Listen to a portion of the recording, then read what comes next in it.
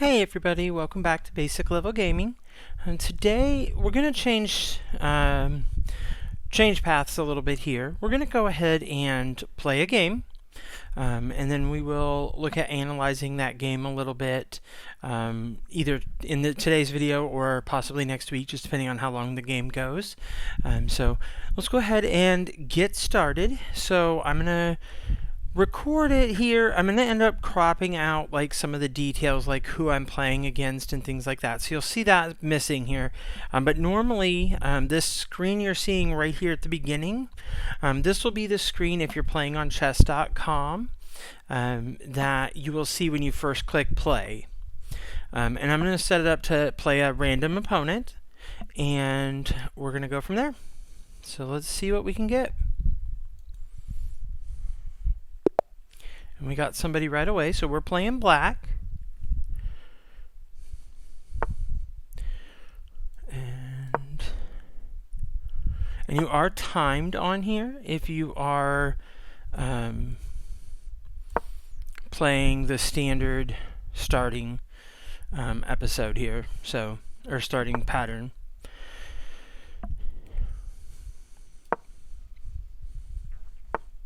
So we're having to just defend a little bit here because he's trying to attack pretty aggressively. Or at least that's what I think he's trying to do.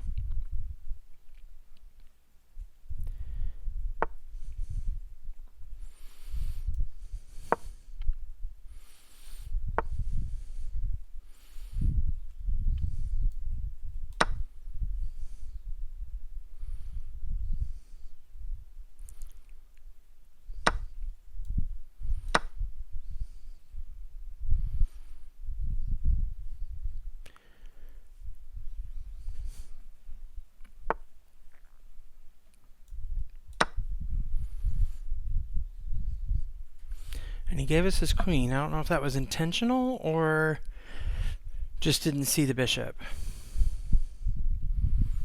I feel like it was probably that he didn't see the bishop. Oh, yeah, he gave up. So I'm going to go ahead, though. We're going to use that because I feel like there was quite a few things in there in the beginning that we can work with. So let's go ahead and go to the Analyze feature here.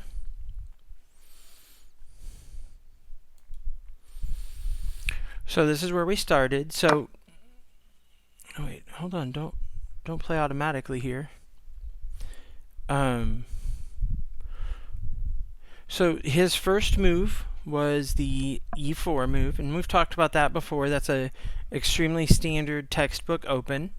And a very common response from black is to play e5, which is what we did. Now his next move, what I think his goal was to set up, try to get me with like a 4-move checkmate. But I'm not positive because he plays queen to f3, which it says it's a textbook opening. It says it's the Napoleon attack. I'm not aware of that one specifically.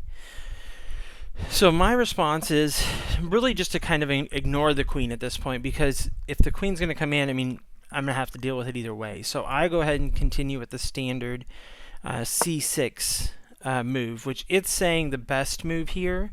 And this is a feature that I really like. It says c6 is good, but it says knight to g6 would be a better move. That's the best move you could make. And I can see that because you're blocking the queen from making a quick jump in there. And we get there. We just don't do it on this particular move. So his next move is b5, which it causes a mistake. And that's another thing that you'll see when you do this analysis. You're going to see, like here it's an orange question mark. That means that it's a mistake. It's not. There's another one too. I'm not sure if we'll see it. It doesn't look like it's going to be in today's analysis, but you can get it to where it says it's a blunder, which is even worse. and that'll be in red. So, but it's saying this was a mistake move. I make the move a6 to attack the bishop, which it's saying was also a mistake. And I can see that, because if I played the knight to d4, then I'm forking the queen and the bishop. And we were going to talk about that today a little bit, and I'll touch base on it here since we've got an example. A fork is when there are two pieces that you can attack with one piece. Basically, it's forcing the other player to pick which piece they're going to give you, because they can't stop you from taking both of them in a typical fork. So that's what a fork is, and that's what I would have been setting up if I had made the best move there. But you know, I can understand that, and I still like the move I made, but this would have been definitely better. So then he goes and tries to save the bishop and moves it back to c4. And this is where I talked about what I thought he was trying to set up was the 4-move checkmate. Because if he had been able to, he could move the queen down here to f7, and it's checkmate. I can't do anything about it. I was watching for that, so my next move here gets in the way, which it does say is the best move, and it'll show you the star if you make the best move. And really what I did there is, now these two can't work together on the same piece. If the queen comes down and takes my knight, then I just take her with the pawn. So it just interrupts that whole process. So he responds with moving out to d4 with his pawn. And this is what I was talking about. There was a blunder here. So this is called a blunder, where it's saying it's such a huge mistake that it could cost the game, is ultimately what that's saying. And it's saying they should have moved the knight to e2, which would have been an awesome move, because it's going to protect a lot of stuff. It's going to protect the king a little bit. It's going to attack in the center squares here. So this would have been a really good move. I respond to this mistake, or this blunder, by playing d5, which it says is good, and you'll see it's like a kind of a light green. So it's saying it wasn't a bad move, but it would have been much better to take my knight to d4, which I actually saw that on the last slide here. I didn't see it when I was playing, but I saw it as soon as I saw that that was a blunder. I was like, oh, well, this is what I should have done. But it's still a decent move.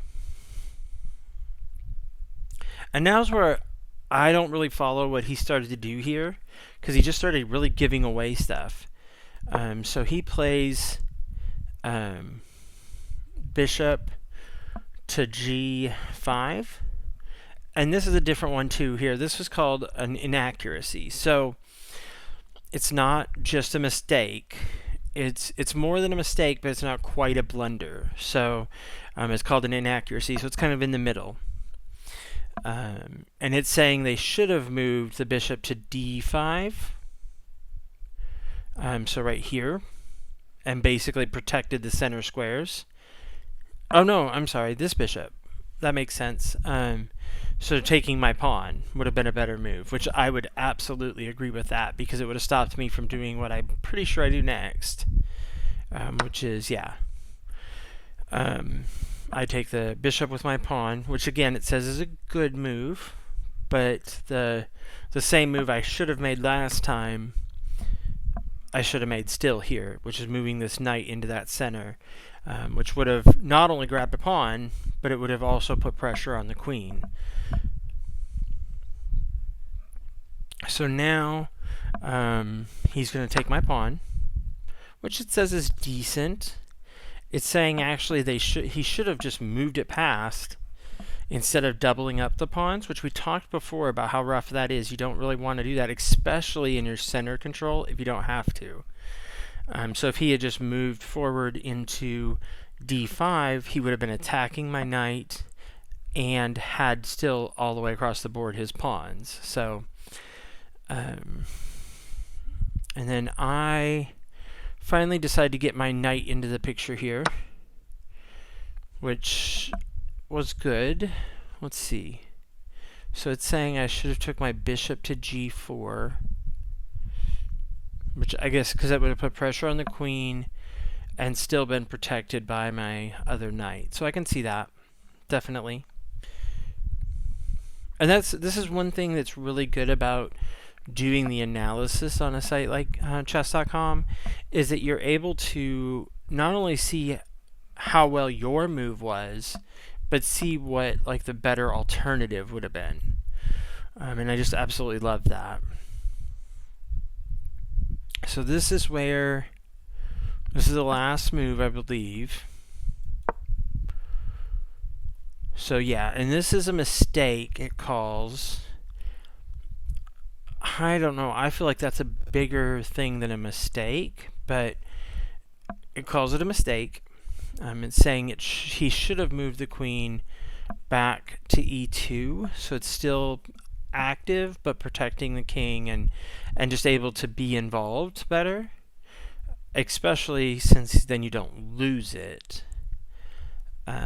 So then I play bishop to f5, which is of course the best move I could take there because I'm trading a bishop for a queen. And we talked about point values and how much value is in the